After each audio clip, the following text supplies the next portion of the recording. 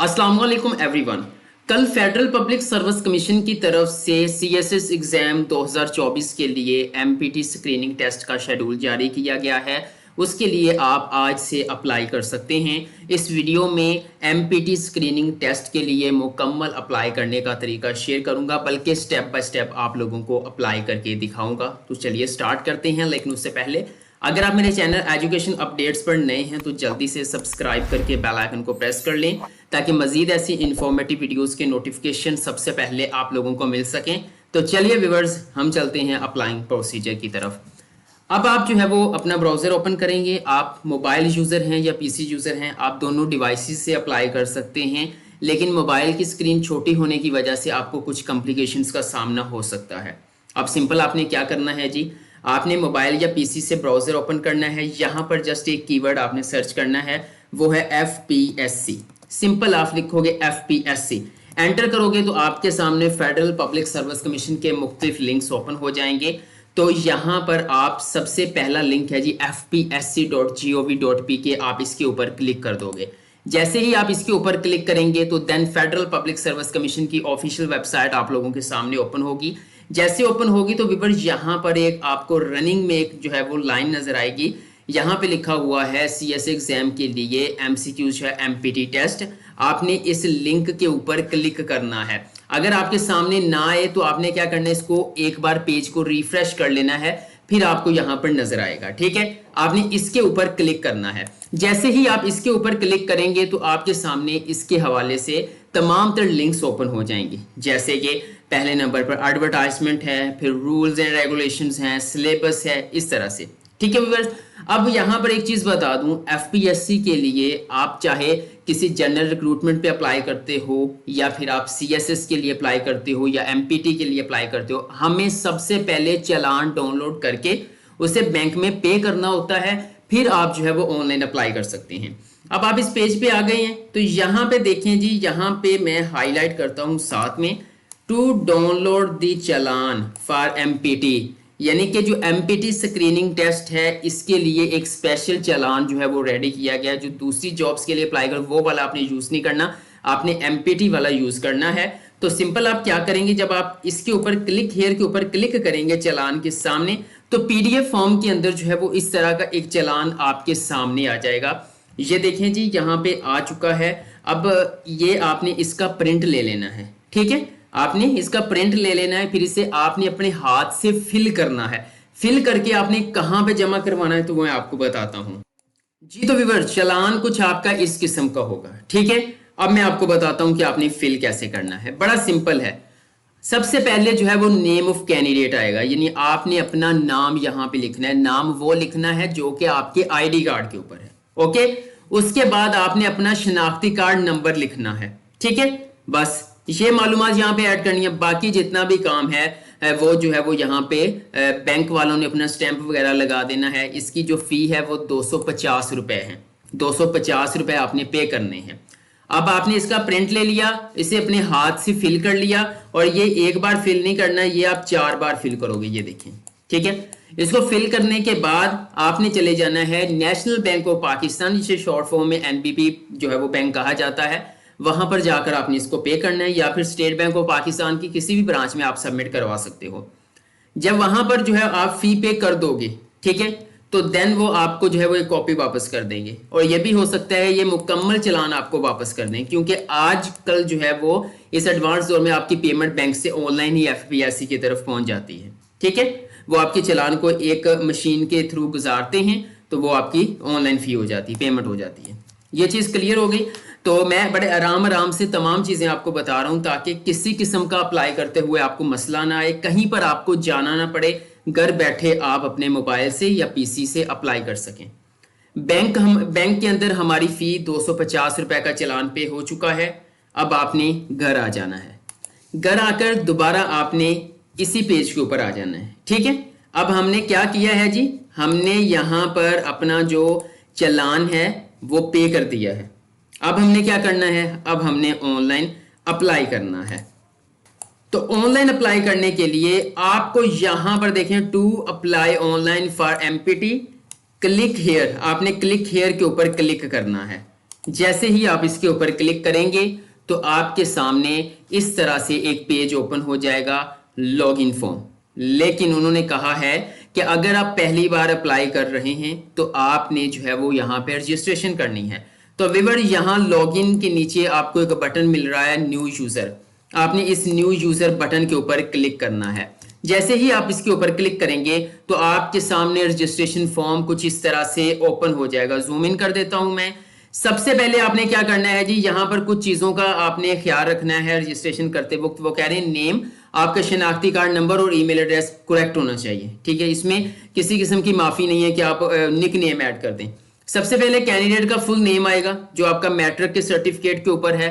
उसके बाद यहाँ पर जो है वो आप अपना लॉगिन रखेंगे। अब लॉगिन आपने कैसा रखना मैं आपको बता देता हूँ। मिसाल के तौर पर आप रखेंगे, आपका नाम है अली, तो अली के साथ आपको 4 डिजिट लगा देंगे, 2 लगा देंगे, मिनिमम 4 कैरेक्टर्स पर मुश्तमिल आपने रखना है, ठीक है।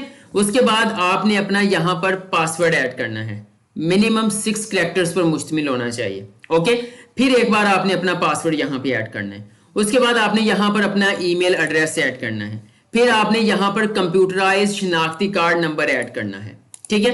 उसके बाद स्क्रॉल डाउन करेंगे तो यहाँ पर एक वेरिफिकेशन कोड जिसे हम कैप्चा बोलते हैं यहाँ पे आ रहा होगा। यही कोड आपने कॉपी करके यहाँ पे लिख देना है, ठीक है। उसके बाद आपने सबमिट बटन के ऊपर क्लिक कर देना है, आपकी रजिस्ट्रेशन हो जाएगी जी। तो व्यूअर्स डेमो के तौर पर मैंने रजिस्ट्रेशन फॉर्म को यहाँ पे फिल किया है, ठीक है।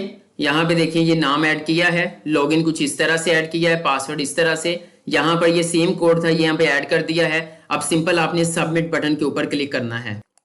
जैसे सबमिट बटन के ऊपर क्लिक किया तो फाइनली जो है वो हमारे पास लॉगिन दोबारा वापस आ चुका है। अब लॉगिन आपने यहाँ पर अपना वो यूजर नेम ऐड करना है, वो लॉगिन ऐड करना है, ठीक है। और उसके बाद आपने पासवर्ड ऐड करके लॉगिन बटन के ऊपर क्लिक करना है जी। तो व्यूअर्स जैसे मैंने लॉगिन बटन के ऊपर क्लिक करके यहाँ पे आया तो मेरी प्रोफाइल यहाँ पे ओपन हो चुकी है। यहाँ पे वो कह रहे हैं जी welcome Ali Mustafa to competitive examination exam MPT screening test, what would you like to do, create a profile update करना चाहते हैं, अप्लाई फॉर सीएसएस।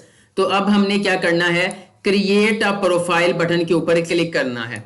जैसे ही आप इसके ऊपर क्लिक करेंगे तो देन आपके सामने इस तरह से एक नेक्स्ट पेज आ जाएगा क्रिएट एप्लीकेशन का। तो देन आपने क्रिएट योर प्रोफाइल के ऊपर क्लिक करना है।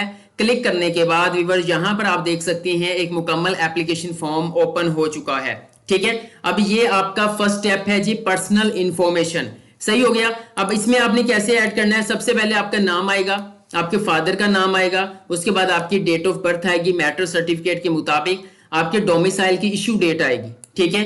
आपका रिलीजन क्या है, मुस्लिम है नॉन मुस्लिम है, वो ऐड करेंगे। उसके बाद आपका जेंडर आएगा, उसके बाद आप मैरिड हैं सिंगल हैं वो ऐड करना है। अगर आप मैरिड हैं तो आप अपने हस्बैंड का नेम ऐड करेंगे, ठीक है। अगर सिंगल हैं तो इसको आप स्किप कर देंगे। उसके बाद आपका पोस्टल एड्रेस आएगा, ठीक है, 2 लाइंस दी हुई हैं। अगर आपका एक पे पूरा नहीं आता तो दूसरे पे पूरा करना है। फिर आपने परमानेंट एड्रेस आपने यहाँ पर ऐड करना है, अगर सेम है तो दोनों आपने एक सेम यहाँ पे लिख देने हैं।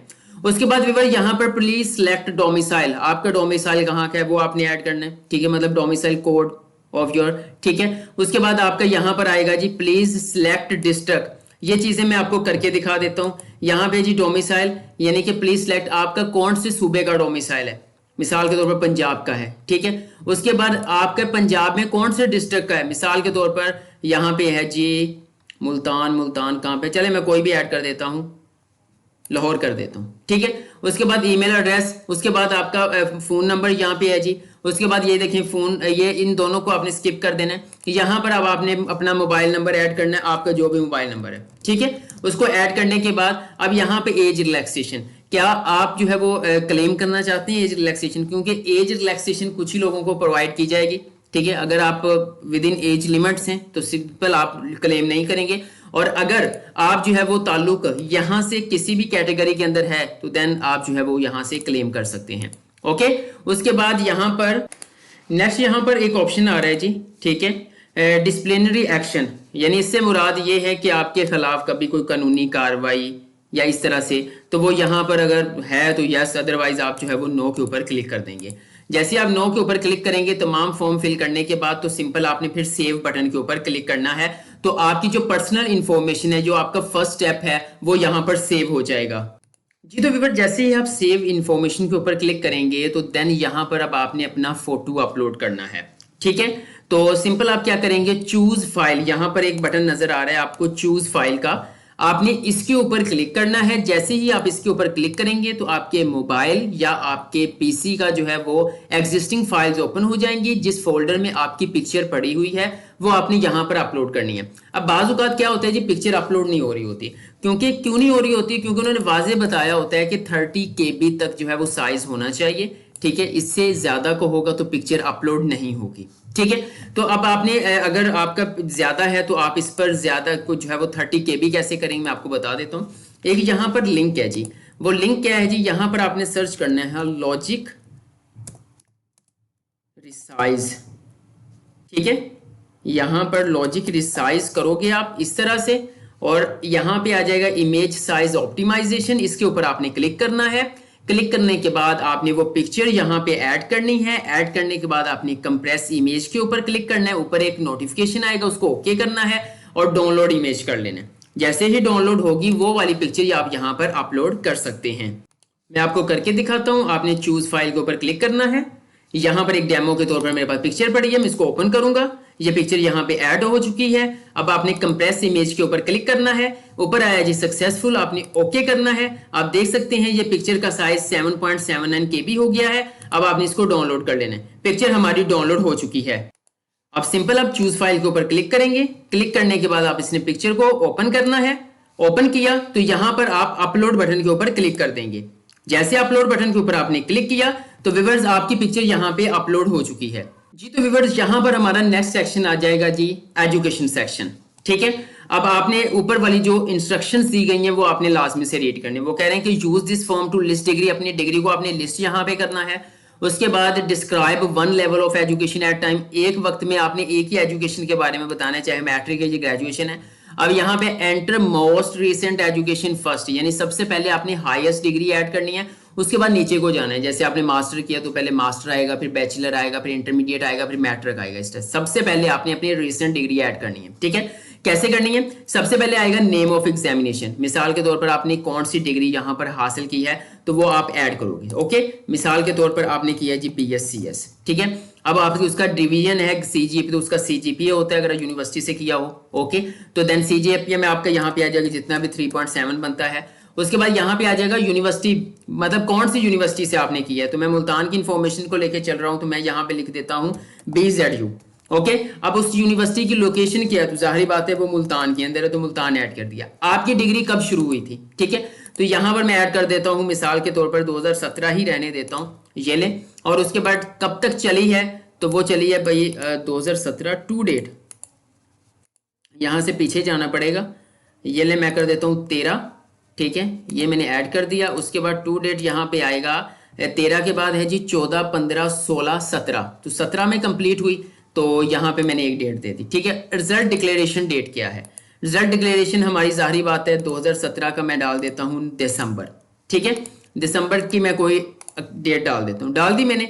अब यहाँ पे R आ रहा है जी, M आ रहा है, F आ रहा है। अब इसका मकसद क्या, वो कह रहे हैं कि अगर तो आपकी डिग्री हमारे CSS टेस्ट या इसके लिए एलिजिबल है तो आप R के ऊपर क्लिक करोगे। अगर आपने MBBS किया हुआ है तो M पर क्लिक करो। अगर आपने अपनी जो डिग्री है वो बाहर के किसी इंटरनेशनल यूनिवर्सिटी से की है फॉरेन, तो आप यहाँ पर क्लिक करोगे।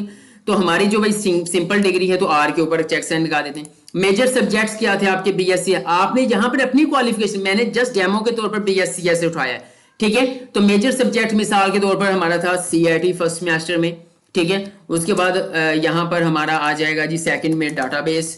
ठीक है, ये ऐड कर देता हूँ। थर्ड में क्या था, ऊब थी, ऑब्जेक्ट ओरिएंट प्रोग्रामिंग। ठीक है, अब यहाँ पर आ जाता है जी एकेडमिक अवार्ड्स आपको कोई मिले हैं तो वो आप यहाँ पर ऐड कर सकते हो, मतलब कोई भी एकेडमिक के हवाले से वहां पर आपको ने कुछ अचीव किया है तो वो आप उसकी मालूमात यहाँ पे ऐड करोगे। ठीक है, उसके बाद आपने क्या करना है, आपने सेव बटन के ऊपर क्लिक कर देना है। जैसे ही आप सेव बटन के ऊपर क्लिक करेंगे तो फिर आपके सामने यही फॉर्म आ जाएगा। क्यों, क्योंकि नीचे आप देख सकते हैं कि हमारा BSCS यहाँ पर ऐड हो चुका है। या एडिट कर सकते हैं, डिलीट कर सकते हैं, BSCS ऐड हो चुका है।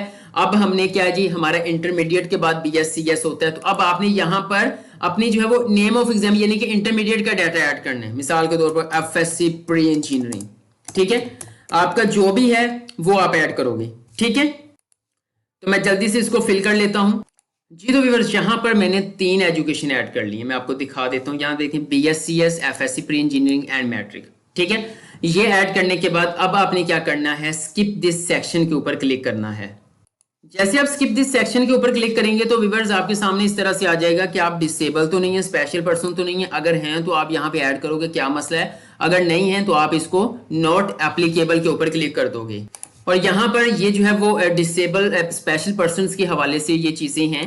वो कह रहे हैं कि आपको एग्जाम के अंदर अगर स्पेशल पर्सन है तो आपको कोई राइटर हेल्पर रिक्वायर्ड है, ठीक है। कंप्यूटर के हवाले से ये सारी चीज़ें आपको यहाँ पे रिक्वायर्ड हैं, ठीक है। तो ये स्पेशल पर्सनस के लिए हैं। अगर आप लिख नहीं सकते, आप डिसेबल हैं, तो आप राइटर या हेल्पर यहाँ से वो आपको देंगे, आप जस्ट उनको लिखवाएंगे तो लिखें, ठीक है। तो अदरवाइज आप नो असिस्टेंट रिक्वायर्ड के ऊपर क्लिक करके सेव बटन के ऊपर क्लिक कर देंगे। जैसे सेव बटन के ऊपर क्लिक हुआ तो देन व्यूअर्स आ जाएगा जी, अब माई एप्लीकेशन डिटेल आ जाएगी, यानी कि हमारी जो प्रोफाइल है वो मुकम्मल हो चुकी है, ठीक है। अब क्या करना है, यहां पर माई प्रोफाइल के नीचे अप्लाई फॉर CSS। अब आपने इस अप्लाई फॉर CSS के ऊपर क्लिक करना है।